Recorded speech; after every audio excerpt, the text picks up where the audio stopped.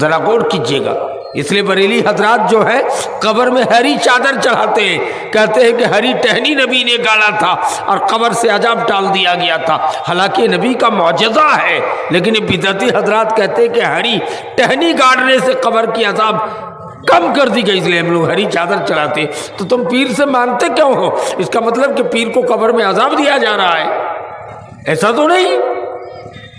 میرے بھائیوں, ایک انگوٹھی کی خیانت کی وجہ سے ہے نا, ہمارا آپ کوئی کہنے والے نہیں ہے. کہتے کہنے کیوں جائیں گے, وہ اپنے قبر میں جائے گا, وہ مولوی جو کرتا ہے کرنے دیجئے, وہ فلانا صاحب جو کرتا ہے کرنے دیجئے. نہیں, ایسا کرنے سے کام نہیں چلے گا.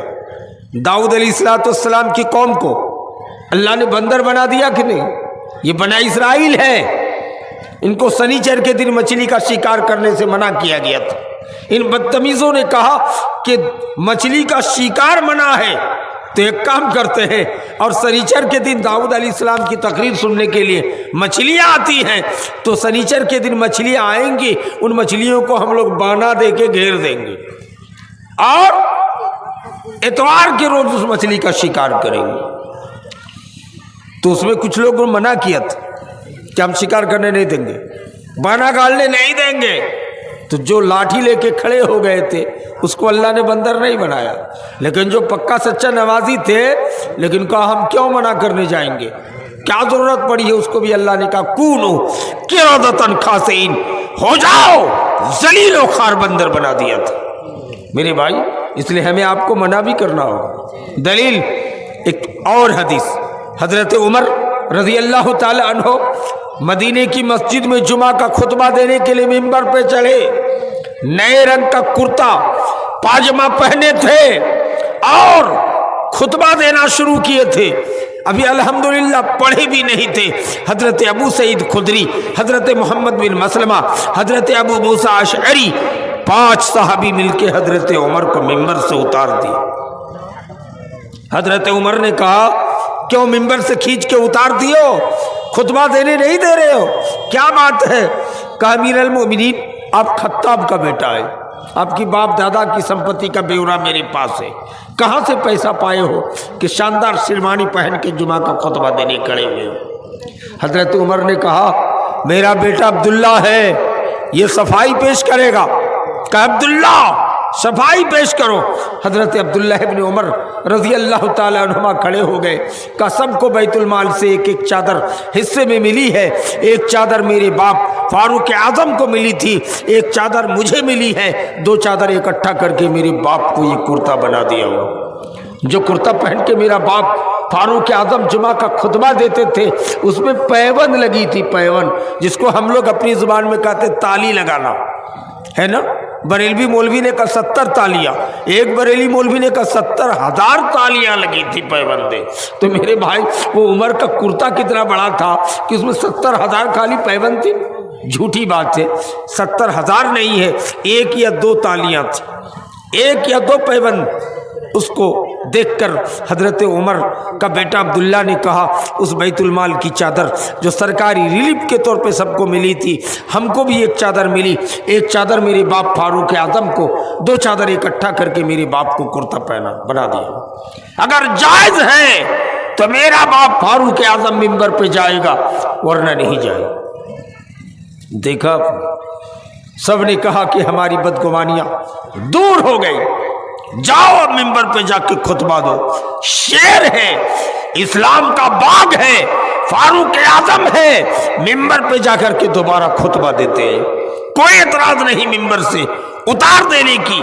کس وجہ سے میرے بھائی؟ سامنے حدیث پر عمل کرتے تھے, من رأى منکرا فلیغیر بیدہ. کوئی ناجائز چیز کو دیکھو تو اگر مومن ہو, مسلمان ہو تو ہاتھ سے روکنے کی کوشش کرو. اگر ہاتھ سے روکنے کی طاقت نہیں ہے فبلسانہ, زبان سے منع کرو. اگر زبان سے منع کرنے کی طاقت نہیں ہے تو فبقلب, اس آدمی سے دل سے نفرت کرو. اگر دل سے بھی نفرت نہیں کرتے ہو ایسے آدمی سے, نبی فرماتے لیس من وراء ذلک حبۃ خردل من الایمان, اس کے دل میں رائی کے دانے کے برابر بھی ایمان نہیں, سرسوں کے دانے کے برابر ایمان نہیں. میرے بھائی کیا دیکھ رہے ہو؟ نماز پڑھ کے روزہ رکھ کے خالی جنت چلے جاؤ گے؟ نہیں نہیں، اگر صرف نماز پڑھ کے جنتی ہونے والے ہوتے تو وہ ساری نیکیاں قیامت کے دن ملیا میٹ کر دی جائیں گی۔ نبی فرماتے ہیں کہ صحابہ کی جماعت مفلس کون ہے، بھیکھاری کون ہے دنیا میں پہچانتے ہو؟ صحابہ نے کہا اللہ کے رسول، ہم لوگ تو مفلس ان کو جانتے ہیں